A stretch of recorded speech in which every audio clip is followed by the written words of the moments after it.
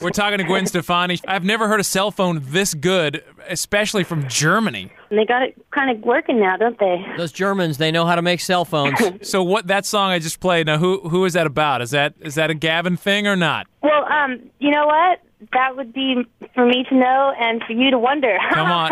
Because is it true it was called Ex-Boyfriend before and you flipped it around? You know what? How I feel about it is just like I said. I read that. Let's leave a little mystery. All right, mystery. I read that somewhere and didn't know if that was true or not. The name of my boyfriend is Gavin Rossdale. Yep. And we've actually just had our 4-year anniversary, so congratulations. It's amazing, isn't it? Is that your longest relationship?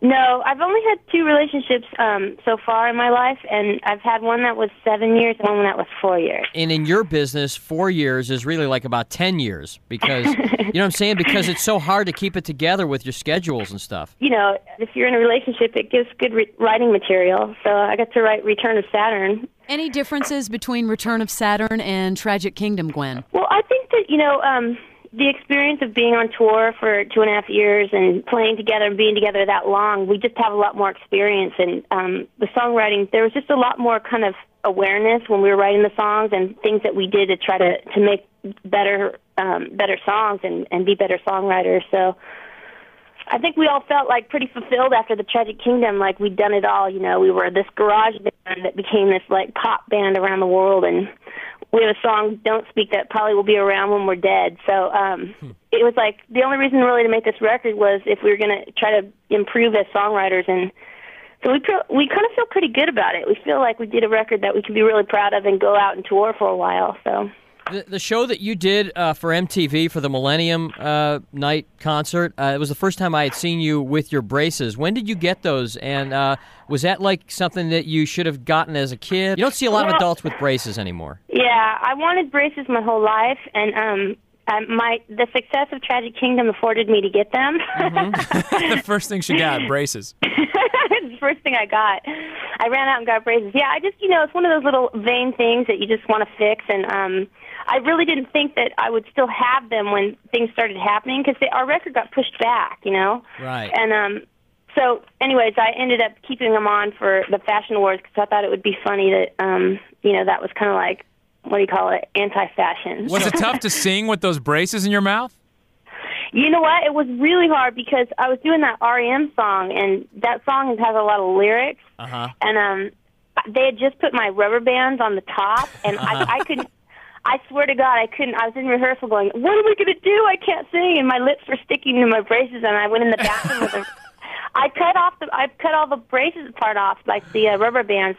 You're singing, and all of a sudden your lips are around your nostril because they're stuck up there. I don't have them on anymore. I took them off. Oh, they're gone? Yeah, I have my retainers now. I took those off to talk to you guys, though, because I sound like Cindy Brady with them on. Well, now, you didn't have those things on for very long, did you? Well, I had this other, it's such embarrassing stuff. Why are we talking about this? But I've had retainers for like 6 months while I was making the album, like on the inside of my mouth, and then I got the braces for about 3 months. But I still have to get them back on again if I can stand it. It's very painful. I know. You're telling me. I mean, I went through that. And it's all for vain reasons, too. Isn't that funny? Well, not always. Sometimes. In my case, it's pure vanity. Did you guys, did you seek out to write another Don't Speak? I mean, did you go in there thinking, oh, we have to repeat that success. Let's try it again. No, like I said earlier, it wasn't. It was.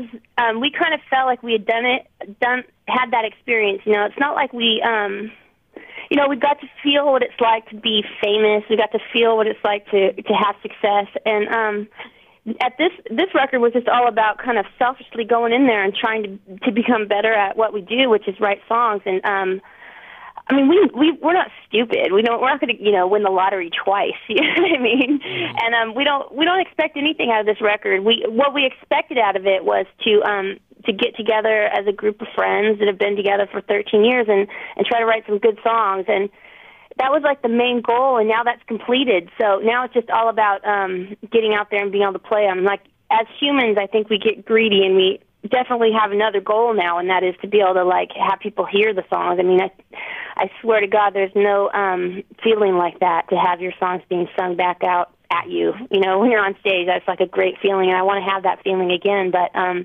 all we can do is just make the best record that we can and be proud of it and go out and play shows again. You're amazing on stage as a front person. I saw you guys open up for 311 before anyone really knew who No Doubt was. It was a good old days. Yeah, way back when at the Fox Theater, and maybe 200 people in the audience, and they all like crammed to the front of the stage after seeing you after one song. When you were growing up, who were some of your rock and roll idols? Because to be so young and to be able to be out on stage and have as much energy and show presence as you do is amazing.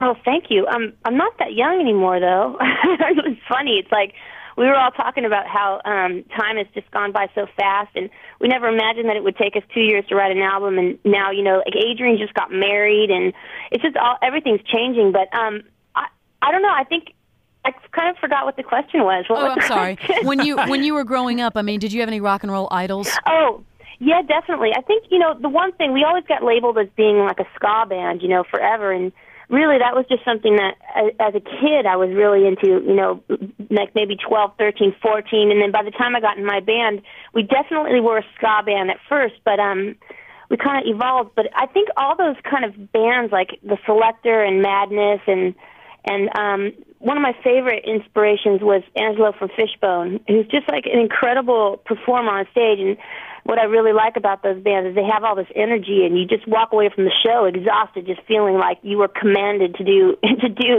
go off. And it feels really good to be kind of given those kind of instructions. And I don't know, I think our bands always kind of embrace the idea of just trying to have everybody walk away going, oh my God, that was so much fun and sweaty and energized. And so I don't know, there's lots of people that I loved. It's weird because in Orange County there wasn't a lot of local bands or women or girls to kind of look at and go, wow, she's amazing, or it was mostly all like kind of punk rock bands and me trying to compete with these screaming men. That's kind of what I was going to say, is that your on-stage presence, it's a lot more aggressive than most female lead singers, than most female artists. You're very aggressive on stage. You're always moving. You see them kind of stand still and grasp the guitar. Yeah, and even the body language, it's not the typical female artist stuff, and I'm guessing that came from, like you said, growing up just where it was all guys.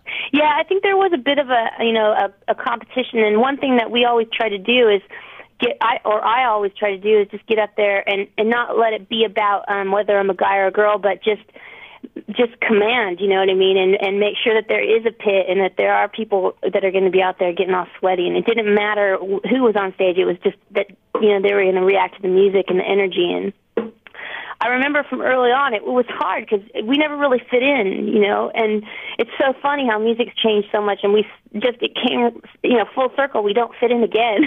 I think you've rubbed off on Gavin a bit, because he used to kind of hang out in his little 6-foot perimeter. Now he's all over the place. The guy comes home with bruises and scrapes, and he's so proud of all his stage wounds. It's so funny. But yeah, he has. I don't know if it was I don't think it's because of me, but I think he's grown a lot as a performer. He loves playing live. He lost his voice, and he's had to cancel 2 shows in Europe, so he's all bummed out. But bummer. Gwen, I've got to say, his new video, "Letting the Cable Sleep," very sexy. Did that bother you, seeing him on screen with the little love-making scene? What do you think? A little conference after that was released? Yeah, there's nothing more I should really say, except for, of course, it bugs still. Now, I just saw it downstairs in the gym. I was like, oh, gross. I banned it. I didn't watch it for the first, 2 months that it was out. But Gwen Stefani, No Doubt, this is 99X. Yeah! The best of the Morning X with Barnes, Leslie, and Jimmy. 99X.